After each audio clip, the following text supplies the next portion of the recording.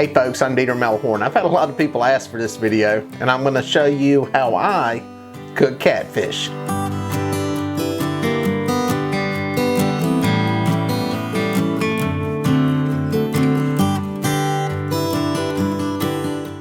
I've had a lot of people watch my fishing videos and say, man, why do you throw all those fish back? Well, if you watch any of them, you rarely see me keep any fish. But I decided to keep a few. I'm always keeping the smaller ones when I keep some to eat.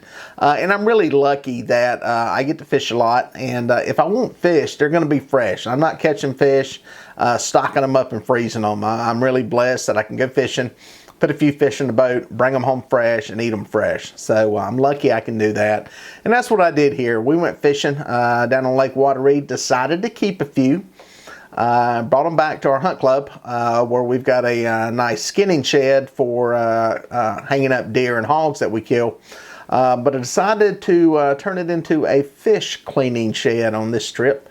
I fillet my fish just with a knife. I don't do any skinning on them. I basically used a knife to cut the skin off of the fillet. It's a quick, easy way. Now granted, you can probably get more meat off a fish if you cook it whole and go through the whole skinning thing, but you're really talking about an ounce or two of meat versus the time it takes to do all that. So this is the easiest way to do it, I think. I've got a video I'll put you a link to that kind of goes through that whole process, but got those back to the house and decided to cook them the old-fashioned southern way. Where I grew up around here, we got a lot of what we call fish camps. Those are basically fried fish restaurants. If you're down toward the Carolina coast, they call them calabash seafood. It's a glorified way of making fried fish sound sexy. If you're looking for something that's healthy and good for you, click out of this video and go find something on the keto diet or something, because this is just good old-fashioned fried fish. What I do is use milk to wet the fillets. You can also use eggs. Some people do them dry if they don't want a lot of batter on the fish.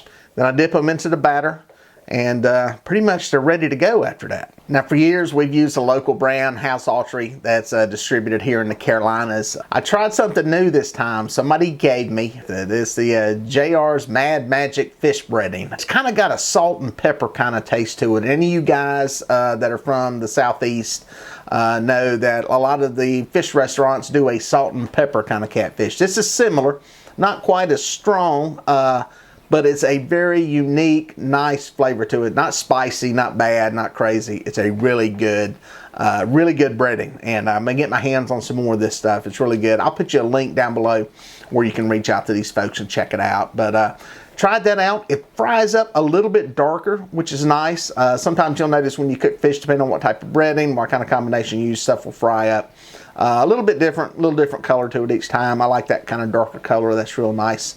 And a good kind of, not crunchy, but a little more crunch to it on the outside of it. I really liked it. Now my process is pretty simple. I got a cooker outside, which is very convenient, folks. If you have an outside cooker, you don't have to deal with the grease and the heat inside, especially in the summer. But you can do this in a Fry Daddy or something like that that's real convenient and self-contained that you can do right there on your countertop.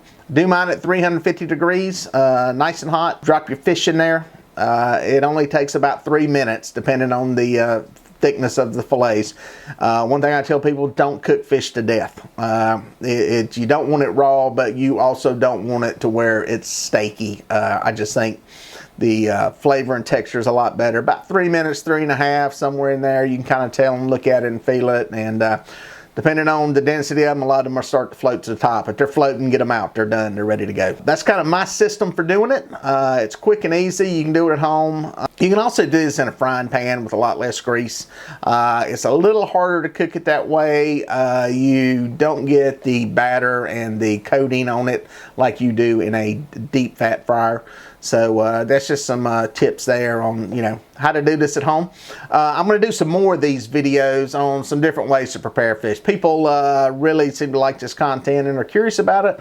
If you don't grow up around cooking fish like this, it can be a little bit intimidating, but it's really not. So we're going to do some more of these videos, some different recipes, some stuff that's a little more gourmet oriented, I guess you would say, but with a, I guess you'd call it also a Southern country flavor and twist to it. Well, folks, if you made it this far, thank you for watching. Please consider subscribing, and here are a couple of more videos that I think you're going to like.